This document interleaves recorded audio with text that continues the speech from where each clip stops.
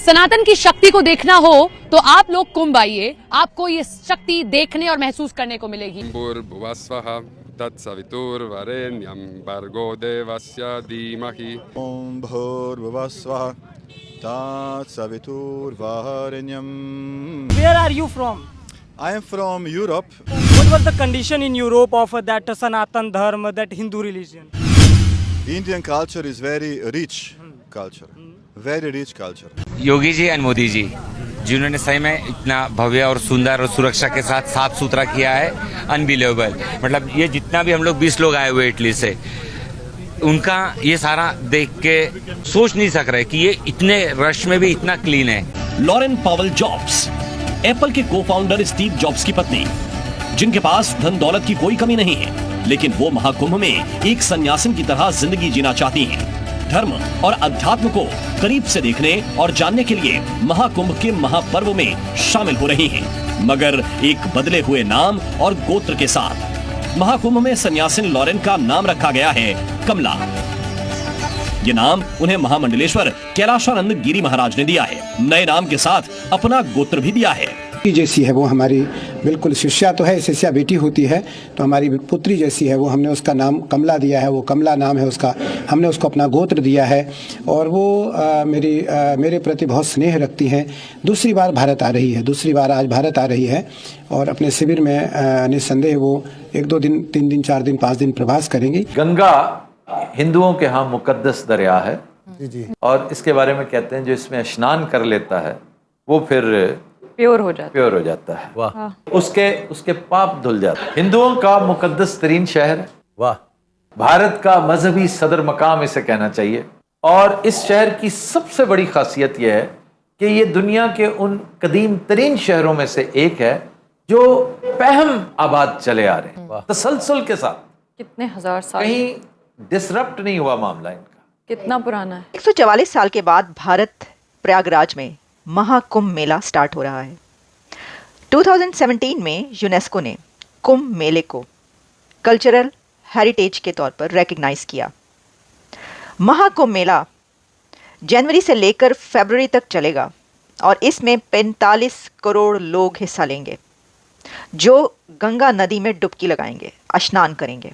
I think India is beyond expectations because it's so different from what we are used to and so spiritual and it's wonderful. So जय हिंद दोस्तों, नमस्कार दोस्तों। प्रयागराज में महाकुंभ का आयोजन 13 जनवरी से प्रारंभ हो रहा है। महाकुंभ में लगभग 45 करोड़ लोगों के आने का अनुमान है, जो लगभग पाकिस्तान की आबादी का दोगुना है। प्रयागराज में महाकुंभ की विशालता देखकर पाकिस्तानी हैरान परेशान है और कह रहे हैं कि यदि पाकिस्तान में लाखों लोग भी इकट्ठे हो जाएं तो वहां पर बम फटने के आसार रहते हैं और भारत में करोड़ों लोग इस मेले में आएंगे और उनकी जान माल को कोई खतरा नहीं होगा। ऐसे आयोजन केवल भारत में ही हो सकते हैं। पाकिस्तान में खाने को आटा दाल नहीं है और भारत में बड़े बड़े मेलों में मुफ्त में भोजन खिलाया जाता है। पाकिस्तान तो अपनी जड़ से कट चुका है, जो अरबों और तुर्कों को अपना बाप मानता है। इसीलिए पाकिस्तान के हालात इतने बिगड़ चुके हैं कि भीख पर पूरा मुल्क चल रहा है। जब तक पाकिस्तान भारत और हिंदू से नफरत करना नहीं छोड़ेगा तब तक पाकिस्तान के हालात सुधरने वाले नहीं है, क्योंकि भारत ही एक ऐसा देश है जो पाकिस्तान के बिगड़े हालात को सही कर सकता है। दोस्तों, इस पर आपकी क्या राय है, कमेंट करके जरूर बताएं।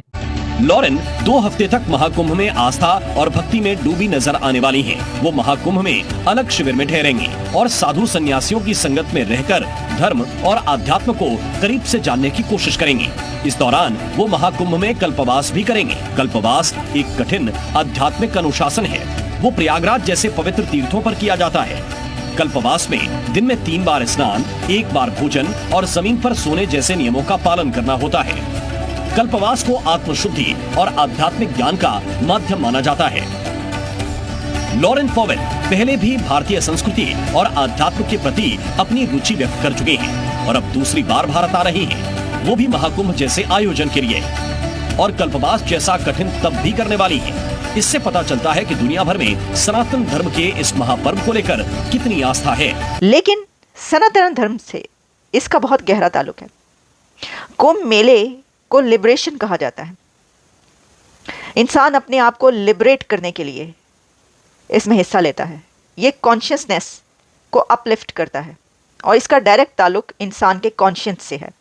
इसका ताल्लुक किसी धर्म या इबादत या पूजा से नहीं है।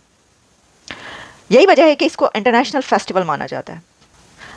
लेकिन कुंभ मेले का सबसे बड़ा एलिमेंट, सबसे बड़ी अट्रैक्शन नागा साधुस को कहा जाता है, क्योंकि कुंभ मेले के वक्त ही नागा साधुस नजर आते हैं और इससे पहले या इसके बाद साधु कहीं नजर नहीं आते, क्योंकि ये नागा साधुस हिमालय से उतर कर आते हैं, पहाड़ों में रहते हैं। नागा का मतलब है माउंटेन, पहाड़। नागा साधु कैसे अपनी जिंदगी बसर करते हैं, क्योंकि कुंभ मेले में ऐसे भी लाखों लोग होते हैं जो सिर्फ इन नागा साधुस को देखने के लिए जाते हैं।